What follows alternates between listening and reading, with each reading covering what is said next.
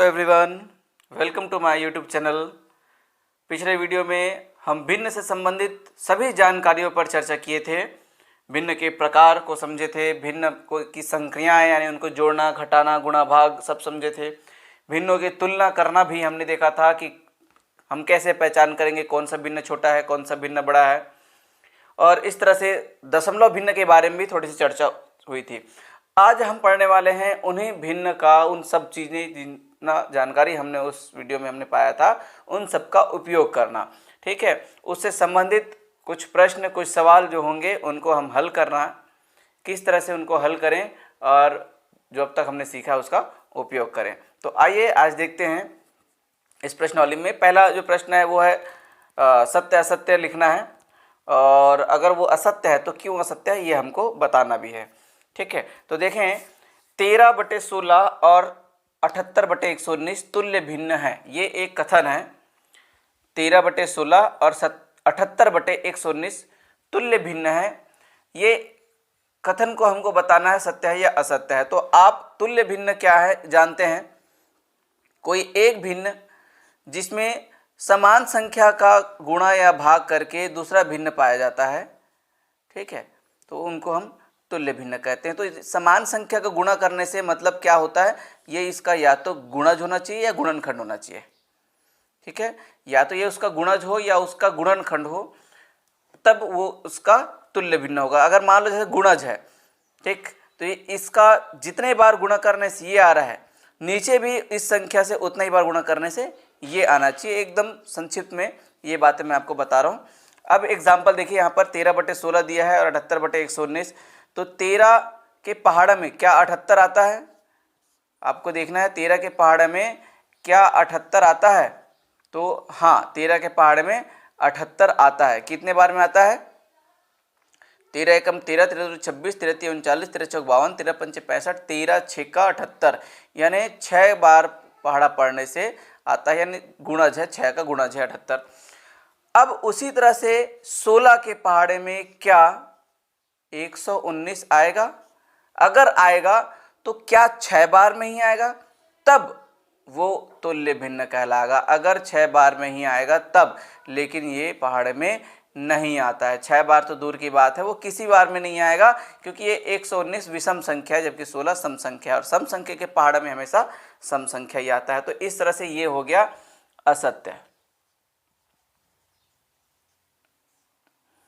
ठीक है, तो आपको अगर कारण भी पूछता है तो कारण आप बता सकते हैं, या इसको सुधार कर लिखना है तो सुधार कर बता सकते हैं। 13/16 और 78/119 तुल्य भिन्न है, ये कहा गया, ये असत्य है। तो तुल्य भिन्न होने के लिए क्या करना पड़ेगा? ये 6 का गुणज है तो ये भी 6 का गुणज होना पड़ेगा। तो 16 का 6 बार आप पहाड़ा पढ़ दें और सुधार कर लिख दें, तो क्या हो जाएगा? 16 एकम 16, 16 दूनी 32, 16 तीन 48, 16 चौक 64, 16 पंचे 80, 16 छक्का 96। तो ये हो जाएगा 13/16 और 96 तुल्य भिन्न है। ऐसा करके हम उस लाइन को आगे बढ़ा सकते हैं जैसा है। ठीक है, तो ये कथन सत्य हो जाएगा। या फिर आप इस तरह से भी कर सकते हैं, इनको मत बदलिए, कथन को बदल दीजिए। 13/16 और 78/119 तुल्य भिन्न नहीं है, बस यहाँ पर नहीं है लिख देने से ये कथन सत्य बन जाएगा। तो अगर आपको कथन को सुधारना है तो आप दो तरह से सुधार सकते हैं, या तो इस नंबर को सुधार लीजिए, या फिर यहाँ पर ये जो कहा गया तुल्य भिन्न है आप कह दीजिए तुल्य भिन्न नहीं है। तो ये पहला हो गया। दूसरा देखें, 33/17 एक उचित भिन्न है। तो 33/17 क्या उचित भिन्न है? उचित भिन्न और अनुचित भिन्न, उसी को हम विषम और सम के रूप में भी जानते हैं, आपको मैं पहले ही बता चुका हूं। तो 33/17 क्या उचित भिन्न है? तो उचित भिन्न कब होगा मैं आपको बता चुका हूं, जब उसका हर बड़ा होगा। जब ये हर है, ये बड़ा होगा, तब उसको हम उचित भिन्न कहेंगे। लेकिन यहाँ पर हर छोटा है, 33 अंश जो है वो बड़ा है, तो इसलिए ये भी होगा असत्य, और इसको आप सुधार कर लिख सकते हैं। तीसरा है 15/22 और 60/88 तुल्य भिन्न है। तो 15/22 और 60/88 यहाँ पर भी आप देख लें 15 के पहाड़े में क्या 60 आता है? 15/22 यहाँ पर दिया है, तो 15 के पहाड़े में क्या 60 आएगा? तो हाँ, 15 चौक 60 होता है। फिर उसके बाद यहाँ पर दिया है 88, तो क्या वो 22 के पहाड़े में आएगा? तो ये भी हाँ, 22 चौक 88। यहाँ पर भी 4 का गुणा करने से आ रहा है और यहाँ पर भी 4 का गुणा करने से आ रहा है। 15 चौक 60, 22 चौक 88, तो इसलिए ये होगा सत्य। और चूंकि ये सत्य है तो इसलिए सुधारने की जरूरत नहीं है। फिर उसके बाद चौथा देखें, 23/103 एक अनुचित भिन्न है, ये हमको बताना है। और इससे पहले यहाँ पर दूसरा सवाल था 33/17 एक उचित भिन्न है, लेकिन उचित की परिभाषा है कि हर बड़ा होना चाहिए, इसमें अंश बड़ा था इसलिए ये असत्य। तो जाहिर सी बात है, उचित की परिभाषा हर बड़ा होना चाहिए, तो अनुचित की परिभाषा होगा अंश बड़ा होना चाहिए, लेकिन यहाँ पर अंश छोटा है, हर बड़ा है, तो इस तरह से ये भी होगा असत्य। और इसको आप सुधार कर लिख सकते हैं, बस इसको पलट दें, इसको पलट दें तो वो सत्य हो जाएगा। चौथा कथन है 13/3 को 4 सही 1/3 के रूप में भी लिखा जा सकता है। तो ये कथन की जांच के लिए हमको परिवर्तन आना चाहिए। ये एक प्रकार का विषम भिन्न है, ठीक है, क्योंकि इसका हर अंश जो है बड़ा है। विषम भिन्न यानी अनुचित भिन्न है। अब इसको हम मिश्र भिन्न के रूप में जैसे यहाँ पर लिखा है, पहले बदल कर देखते हैं कि क्या ये ऐसा ये सही है। अगर मिश्र भिन्न में बदला जा सकता है ये तो हमको आना चाहिए, और मैं बता देता हूँ कैसे करते हैं। तो सिर्फ भाग देते हैं, भाग देके हम मिश्र भिन्न में बदल सकते हैं। जैसे 3 से भाग दें 13 को, तो 3 चौक 12 और यहाँ आएगा 1 शेषफल, बाकी कट गया। तो इसको हम इस तरह से लिखते हैं, भागफल को सबसे पहले सामने में, शेषफल को ऊपर, और जिस संख्या से भाग देते हैं उसको नीचे देकर इस तरह से विषम भिन्न यानी अनुचित भिन्न को मिश्र भिन्न में बदला जाता है। तो हम ये बदल लिए, अब बदल के देखते हैं तो क्या 4 से 1/3 आया? बिल्कुल आया, यानी ये सही है, इसको इस रूप में लिखा जा सकता है। तो यहाँ पर एक चीज तो आपने कथन को सुधार भी लिया, बता भी दिया कि हाँ ये सत्य है। दूसरी ओर आपने बदलना भी सीख लिया, इस तरह से विषम भिन्न या अनुचित भिन्न को मिश्र भिन्न में बदलना, और मिश्र भिन्न से वापस अनुचित भिन्न या विषम भिन्न में बदलना भी आप सीख सकते हैं। बस उसके लिए करना क्या है, इस संख्या से इस संख्या में हम करते हैं गुणा, और इस गुणा से जो संख्या यहाँ पर मिलता है उसको हम जोड़ देते हैं यहाँ पर। तो 4 तिया 12 गुणा है, और 12 में 1 जोड़े तो 13, और हर को जस का तस लिख देते हैं 13/3। तो ये देखिए वापस वही संख्या आ गया।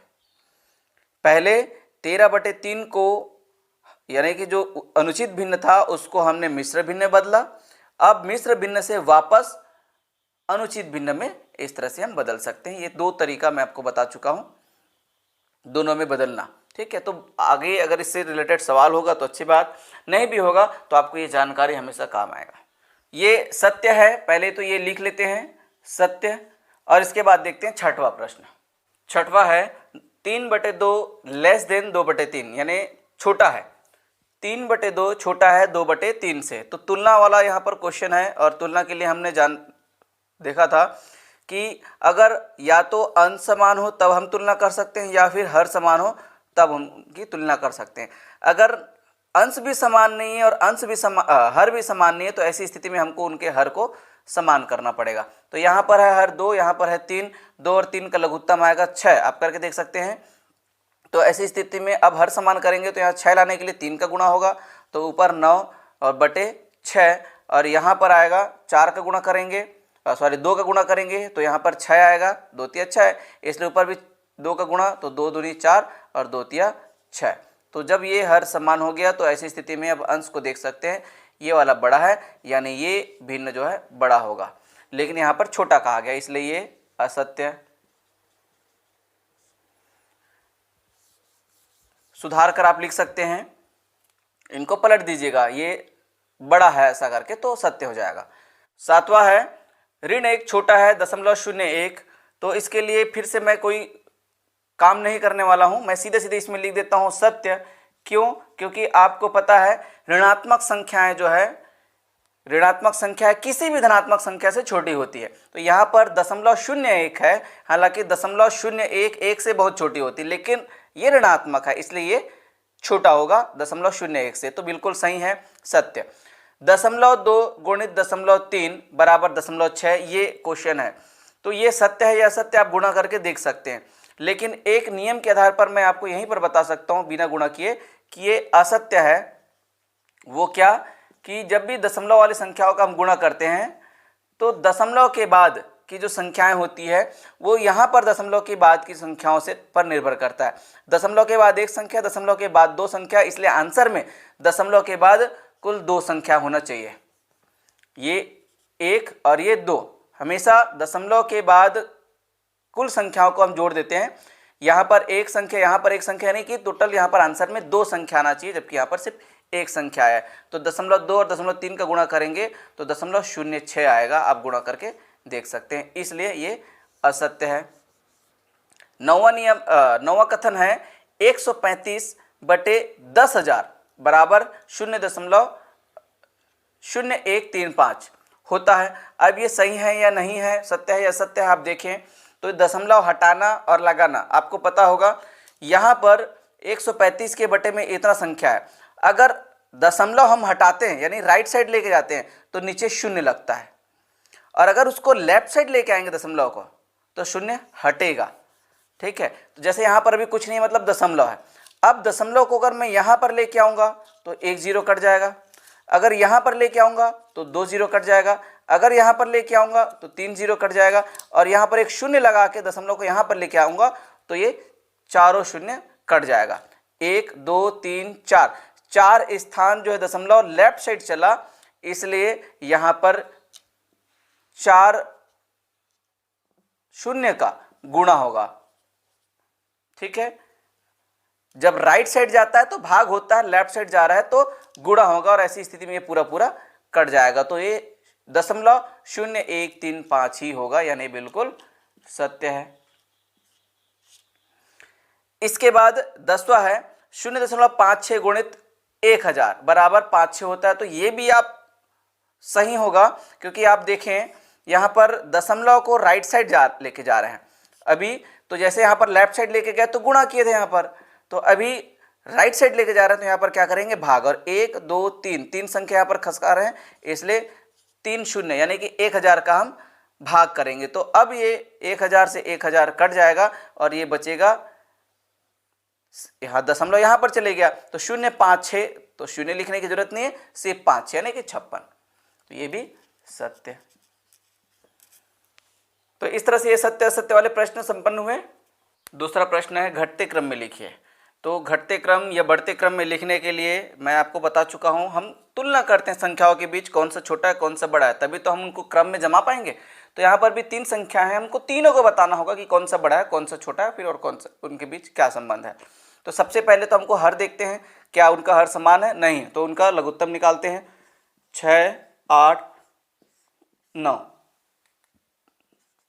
2 से जाएगा, 2 तिया 6, 2 चौका 8, 9 नहीं जाएगा तो उसको छोड़ दिए, फिर से 2 से 3 छोड़ दिए, 2 दूनी 4 9, और फिर से 2 से 3 10 का 10, ये 1 2 एकम 2 और ये 9, फिर 3 से जाएगा, 3 एकम 3, 1 10 का 10, 3 तिया 9, फिर से 3 से जाएगा 1 और 1 अपनी जगह है, 3 एकम 3। तो यहाँ पर इन सब के बीच गुणा करें तो 2 गुणित 2 गुणित 2, फिर 3 गुणित 3, 2 दूनी 4, 4 दूनी 8, 8 तिया 24 और 24 तिया आएगा 72।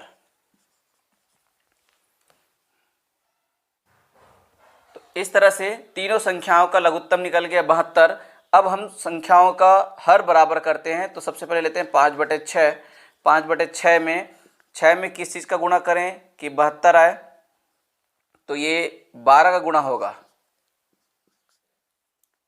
12 6 का 72, और 12 का गुणा नीचे हुआ है तो ऊपर भी होगा, यहाँ पर 12, तो 12 पंचे 60 और 12 6 का 72, ये एक संख्या। दूसरा है 7/8, तो यहाँ पर 8 में किसका गुणा करेंगे कि 72 आए, 9 का गुणा करेंगे, 8 निया 72, और 7 में भी 9 का गुणा होगा, तो 7 निया 63 और 8 निया 72। इसके बाद तीसरी संख्या है 8/9, इसमें निकालेंगे तो 9 में किसका गुणा करेंगे कि 72 आए, 8 का गुणा करेंगे, इसलिए ऊपर में भी 8 का गुणा होगा। तो 8 गुणित 8, 8 8 64 और 8 9 72। तो अब देखिए तीन संख्याएं इनका मिल गया है नया रूप, तीनों का हर समान है 72 72 72 और हंस का मान में इसका 60, इसका 63, इसका 64।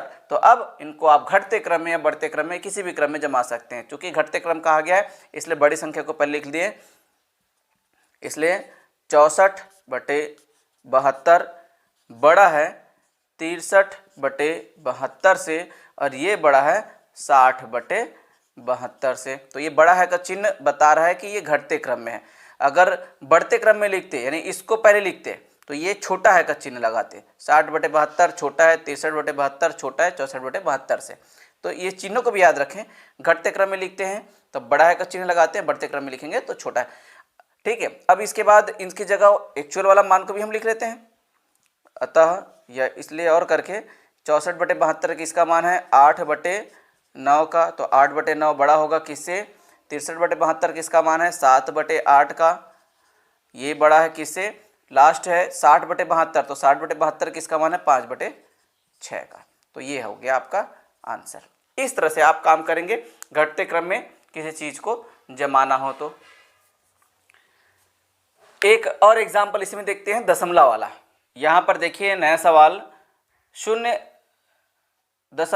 यहाँ कुछ नहीं मतलब शून्य है, यह 0.0008 308, फिर 0.08 यानी 1 शून्य है, 0.008 यानी 2 शून्य है, फिर 0.8 और 8। तो इसको हमको घटते क्रम में लिखना है। तो सबसे पहले बात तो अब ध्यान रखें, दशमलव के बाद किसी संख्या के पहले जितना शून्य होगा वो संख्या उतनी ही छोटी होगी। ठीक है, तो यहां पर देखें तो ये इसमें 3 शून्य है, इसमें सिर्फ एक ही शून्य है, इसमें 2 शून्य है, इसमें एक भी नहीं है, उसमें 8 है। लेकिन 8 में दशमलव नहीं है, सामने नहीं यानी कि पीछे हम लगा सकते हैं, यह 8 दशमलव है। तो इसका मतलब सबसे बड़ा संख्या यही है। तो आप सीधे सीधे आंसर में इसको 8 को पहले लिख के, ये बड़ा है किससे बड़ा है तो 0.8, यहाँ पर 0.8 क्योंकि इसमें 8 के पहले कोई शून्य नहीं है, तो ये 0.8। फिर ये बड़ा है किससे 0.08, 0.08 क्योंकि सिर्फ इसमें एक ही शून्य है। फिर इसके बाद ये बड़ा है किससे 0.008, 2 शून्य है। और फिर लास्ट में सबसे छोटा है 0.0008। इस तरह से आप सीधे एक लाइन में आंसर आप लिख सकते हैं। या दूसरा तरीका, अगर आप दशमलव में नहीं समझ में आ रहा है तो दशमलव को आप बटे में बदल लीजिए। यहाँ पर 0.0008 को आप जब बदलेंगे भाग में बटे में भिन्न संख्या में, तो यहाँ पर 1 2 3 4 संख्याएं हैं दशमलव के बाद। तो ये दशमलव को अगर आप हटाएंगे तो यहाँ पर आपको 4 शून्य लगाना पड़ेगा। उसी तरह से 0.08 में 2 संख्या है तो वहाँ पर 2 शून्य लगाना पड़ेगा। फिर 0.008 में 3 संख्याएं हैं तो 3 शून्य लगाना पड़ेगा। 0.8 में दशमलव के बाद एक संख्या इसलिए 1 शून्य लगाना पड़ेगा। और यहाँ पर 8 में कोई दशमलव नहीं है यानी बटे 1 है मान लीजिए बस। अब इसको हल कर दें, दशमलव जब हटेगा तो ये बचेगा 8/10,000, ये बनेगा 8/100, ये बनेगा 8/1000 और ये बनेगा 8/10 और ये 8/1। तो अब इसमें कंपेयर करना आसान है, तुलना करना।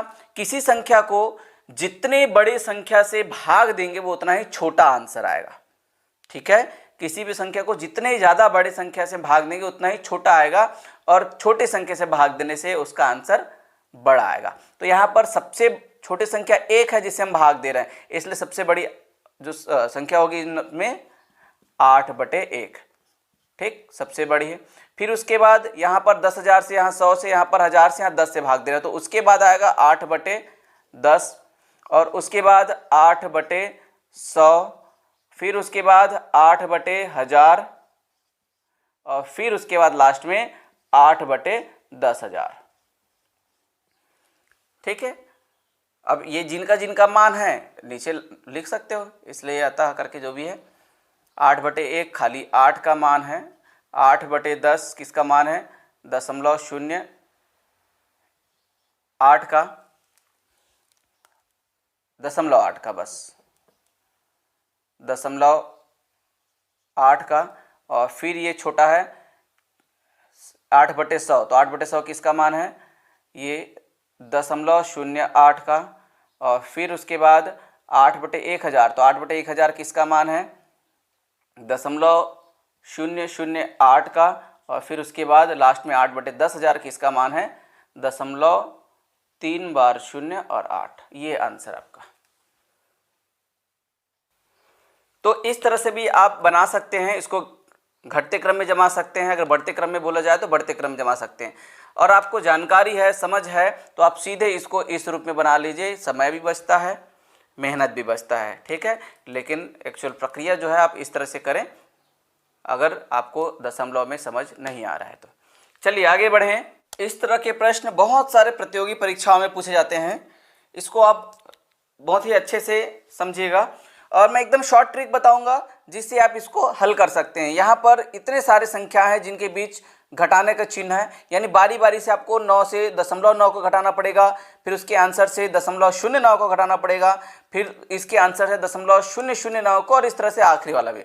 तो ये सब काम बारी बारी से इतने बार आप करेंगे, उसके बजाय आप कुछ इस तरह से करें। आपको उभयनिष्ठ पता होगा, उभयनिष्ठ क्या होता है, उभयनिष्ठ यानी कॉमन, सभी संख्याओं में जो चीज रहता है, ठीक है, समान रहता है, जो चीज समान रहता है उसको हम उभयनिष्ठ बोलते हैं, कॉमन बोलते हैं, उसको हम बाहर निकाल सकते हैं। तो सब में क्या है कि ये सभी संख्याएं ऋणात्मक है, तो ऋण को बाहर निकाल दें तो ये बन जाएगा, ऋण को बाहर निकाल दें तो 0.9 धन 0.09 धन 0.009 धन 0.0009, इस तरह से ये धनात्मक बन जाएगा। सभी चिन्ह ऋणात्मक हैं, ऋण वाले हैं, सबसे ऋण को हमने बाहर निकाल दिया तो ये जो ऋण 0.09 दिख रहा था वो धन 0.9, इसी तरह से ये ऋण 0.09 धन 0.09 और सभी धन में बदल गया। अब आपको क्या करना है, यहाँ 9 ऋण को छोड़ दीजिए, इसको बस आप जोड़ दीजिए। अब सबको जोड़ना आसान है तो इकाइयों को जोड़ते जाइए, ठीक है। तो यहाँ पर अधिकतम 4 अंक की संख्या है और बाकी जो है कहीं पर 1 अंक कहीं 2 अंक की, तो ऐसी संख्याओं में आप याद रखेंगे इनको एक समान कर दीजिए। 0.9 को आप 1 2 3 संख्या 3 शून्य अपने से आप रख लीजिए ताकि जोड़ना आपको आसान लगे। ये ऐसा इसलिए करते हैं कि दशमलव के बाद कोई संख्या है उसमें कितना भी शून्य हम लगा सकते हैं, दशमलव के बाद कितना भी शून्य लगाया जा सकता है। तो संख्या बराबर करने के लिए हम यहाँ पर शून्य लगा रहे हैं। धन 0.09 के बाद 4 संख्या करना है, 4 अंक का, तो 2 शून्य यहाँ पर हम लगा देते हैं। धन 0.009 4 अंक का करना है तो सिर्फ 1 लगा देते हैं, 1 शून्य, और 0.009 3 शून्य और 9, ये तो है ही। आगे इनको आप जोड़ दें तो इकाइयों का योग 9 है, बाकी जगह शून्य है, तो ये 9। फिर उसके बाद इसके बाद सेकेंड नंबर का नंबर होगा यहाँ पर शून्य, यहाँ पर है 9 और यहाँ पर दूसरे में शून्य, यहाँ पर भी शून्य, यानी यहाँ पर भी 9। तीसरे स्थान पर यहाँ पर है शून्य, यहाँ पर भी है शून्य, यहाँ पर है 9 और यहाँ पर है शून्य, तो यानी कि 0 0 3 बार और एक बार 9 जुड़ेगा तो यहाँ पर भी 9 ही आएगा। चौथे स्थान पर यहाँ पर है शून्य, यहाँ पर भी है शून्य, यहाँ पर भी है शून्य, लेकिन यहाँ पर है 9, तो यहाँ पर भी आएगा 9 और दशमलव को दशमलव, तो इस तरह से आया 0.9999। अब घटा दीजिए तो 9 ऋण 0.9999 घटाएंगे तो यहाँ क्या हो गया, इसको आप इस तरह से लिख दीजिए 9.1234 और ये 0.9999, यानी इस 9 को भी हमने दशमलव के रूप में लिख दिया, कुछ नहीं है, यानी दशमलव के बाद 4 शून्य लगा दिए। अब जब घटाएंगे 0 से 9 को घटाएंगे यानी ये 10 हो जाएगा, इधर से हासिल लेंगे, ये 9 जो है आपका ये 8 बना और ये देगा उधार तो ये 10, फिर ये देगा, ये 9 बनेगा, ये लास्ट वाला बचेगा 10, तो 10 में 9 गया 1, ठीक है, 10 में 9 जाएगा तो 1। अब ये तो 9 है तो 9 से 9 शून्य, ये वाला भी 9 है, 9 से 9 शून्य, ये वाला भी 9 है तो 9 से 9 शून्य। दशमलव, अब यहाँ पर तो दशमलव के पहले कुछ नहीं है, यहाँ पर 8 है, ठीक, तो यहाँ पर कुछ नहीं है मतलब शून्य है, तो 8 में शून्य गया तो 8, 8.001, ये आपका आंसर। ठीक है, मैं आपको बारी बारी से एक्सप्लेन करते हुए बताया हूँ, इतना समय लगा है आपको। अगर ये तरीका पता है आप बहुत ही जल्दी से ये कर लेंगे। लेकिन वहीं अगर आप पूरे को घटाते रहते, पहले इसमें से इससे घटाइए फिर इससे घटाइए, तो बहुत समय लगने वाला था, जो कि आप इस तरह से शॉर्ट रूप में बना सकते हैं। इसके अलावा मान प्राप्त कीजिए में ऐसे और क्वेश्चन आते हैं जिसमें एक से अधिक भिन्न या दशमलव वाली संख्याएं रहती हैं और उनके बीच कहीं पर जोड़ना तो कहीं पर गुणा तो कहीं पर भाग के वाले रूप में सवाल होते हैं। तो आपको जोड़ना, घटाना, गुणा, भाग मैं पहले बता चुका हूं। गुणा भाग करने के लिए बस उनको आपस में गुणा करिए, भाग करने के लिए गुणा में परिवर्तित करके कर लीजिए, इजी है। और जोड़ना और घटाने के लिए हमको उसमें देखना पड़ेगा कि उनका हर समान है या नहीं है। ये जोड़ना हो या घटाना हो तो इन भिन्नों का हमको हर समान करना जरूरी है। अगर हर समान है, और हर समान करना भी हमने देख लिया, अभी घटते क्रम वाला बढ़ते क्रम वाले जो सवाल था उसमें भी हमने वही काम किया था, हर समान किया था। तो इस तरह से आप यहाँ भी हर समान करें, फिर उनको लास्ट में जोड़ दें या घटा दें जैसा दिया हुआ है। तो अब प्रश्नावली 7 के बाकी प्रश्न बचे हुए हैं, उसको आप हल करना है, प्रैक्टिस करना है। जितना प्रैक्टिस करेंगे उतना आपके लिए फायदेमंद है। वहीं कॉम्पिटिटिव एग्जाम के लिहाज से इस टाइप के प्रश्न बहुत ही इंपॉर्टेंट होते हैं और इस टाइप से भी प्रश्न पूछे जाते हैं जिनको हम जोड़ते हैं, घटाते हैं, जैसा भी है। तो कुल मिलाकर भिन्न के जितने भी नियम आप पहले पढ़े पहले वीडियो में, वो सब चीज़ें यहाँ पर काम आ रहा है सभी प्रश्नों को हल करने में। तो एक बार भिन्न के सभी नियमों को, यानी उनको कैसे जोड़ते हैं, कैसे घटाते हैं, कैसे गुणा भाग करते हैं, उनकी तुलना कैसे करते हैं, उन सबको एक बार रिवाइज करिए और प्रश्नावली 7 हल करिए। ठीक है, तो अब मिलते हैं नए चैप्टर के साथ, नए टॉपिक के साथ नेक्स्ट वीडियो में। बाय।